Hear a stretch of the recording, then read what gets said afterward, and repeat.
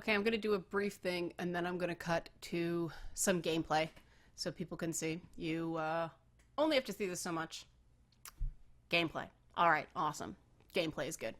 I didn't post yesterday deliberately, and then somebody had a fabulous idea and said that I should distribute it to my Patreon patrons, and so I did. So I didn't just delete the video, it went somewhere. Great idea, patron. But I think that I was going to not do today either, and then I thought better of it after talking to some people on Twitter. And because you guys know sort of all along my thing with the election was about the media and the media approach to it and the media skew. And agree with me, disagree with me, that was my intention. But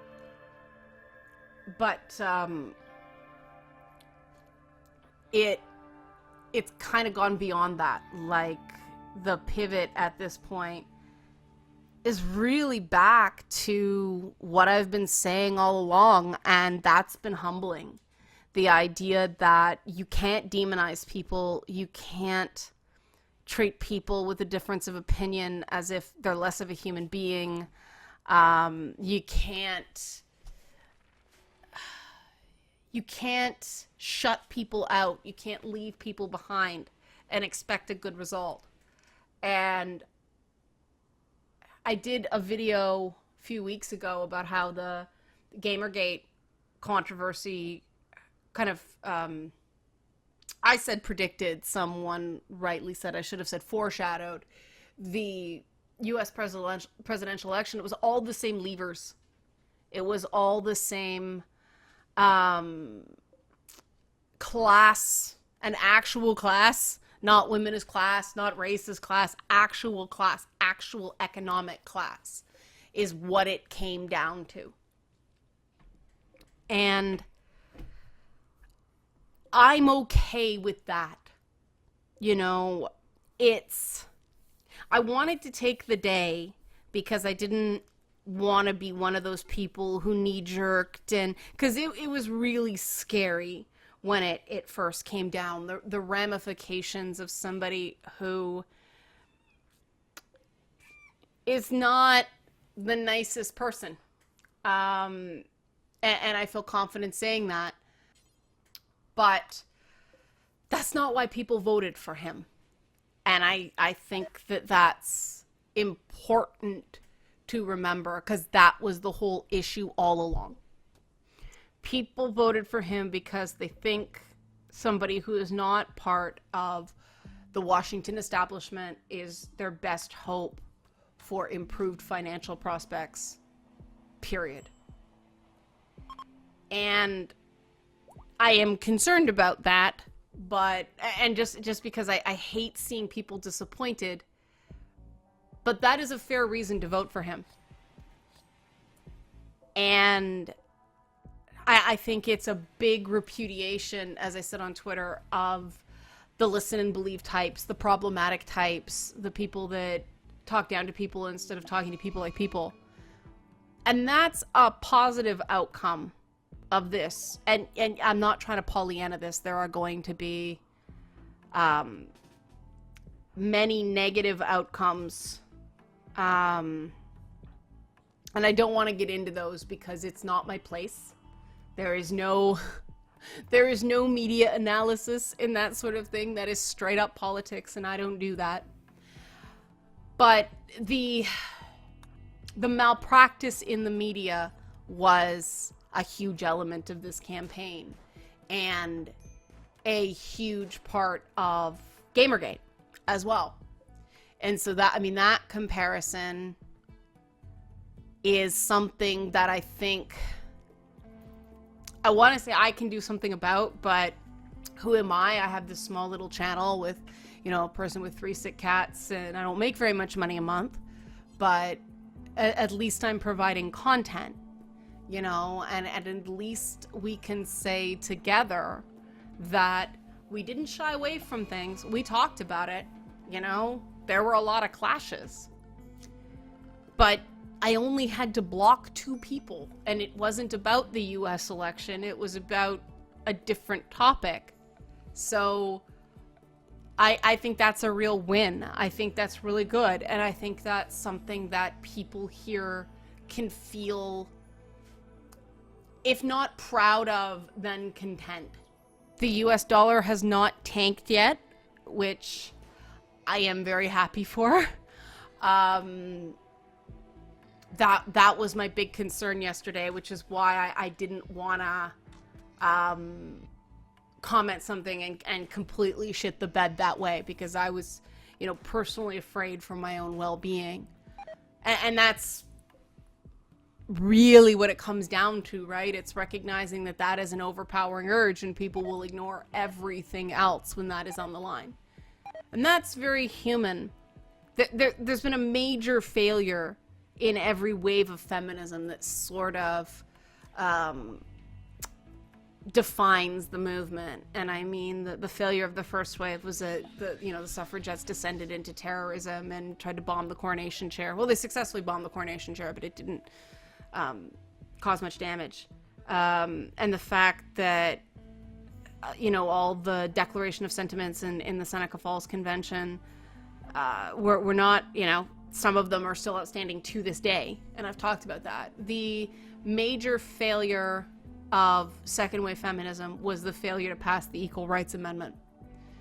And now the major failure of third wave feminism is the failure to elect the first woman president. And this is unfortunately to be expected by a movement that is as much defined by failures like the Equal Rights Amendment as tentative and temporary successes like Roe versus Wade.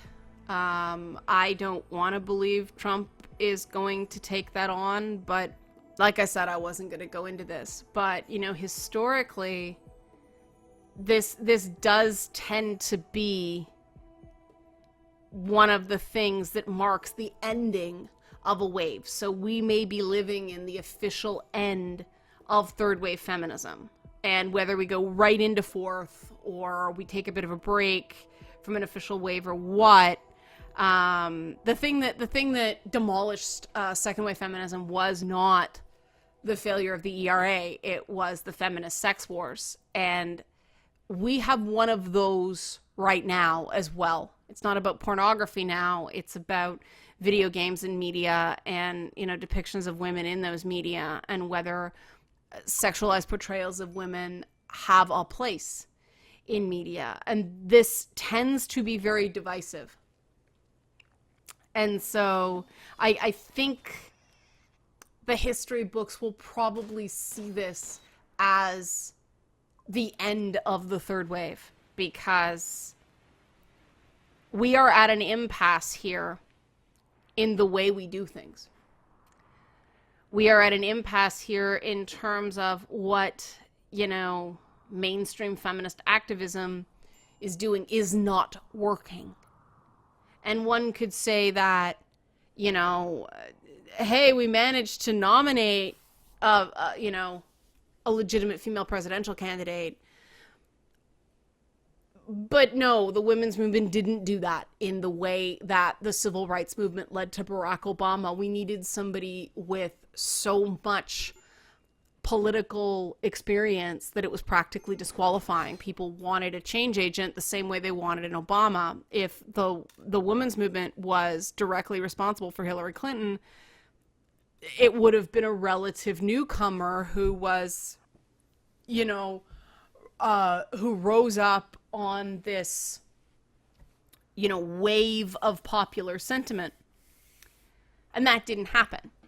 But I think the big change in fourth wave is not going to be Medium. It's not going to be Tumblr. I think that is actually the end of third wave. The way that it compares to the Dwarksiders at, the later end of the second wave. It's a similar fit. A lot of first-person narrative, really short on research and facts. And so the fourth wave of feminism, what I think it will be, is a form of feminism that is finally and concretely separated from socialism, more specifically Marxism. I think that Marxism and socialism to me are somewhat different things. We're not talking about, Bernie Sanders style socialism. We're talking about women as a class socialism. And women are not a class. Women are a gender. Class, a woman can be a member of a particular class, and that does not make her more or less a woman. It is separate. Class is economic. And this treatment of women as a class was a major failure in the Clinton campaign. They looked at race as a class. They looked at gender as a class. They didn't see class as a class. They missed it. They had a blind spot. And of course they did. Because if you call an orange an apple and somebody hands you an apple, you're like, what's this? It's an apple. No, that's an apple. Right? I know that's kind of a funny analogy, but... And so I think what needs to happen, and what I've been doing kind of without realizing it, is making a firm demarcation that feminism has to evolve from the idea that you have to be a hard left liberal who believes in, heavy economic redistribution and major, big government and all that stuff to support gender equality.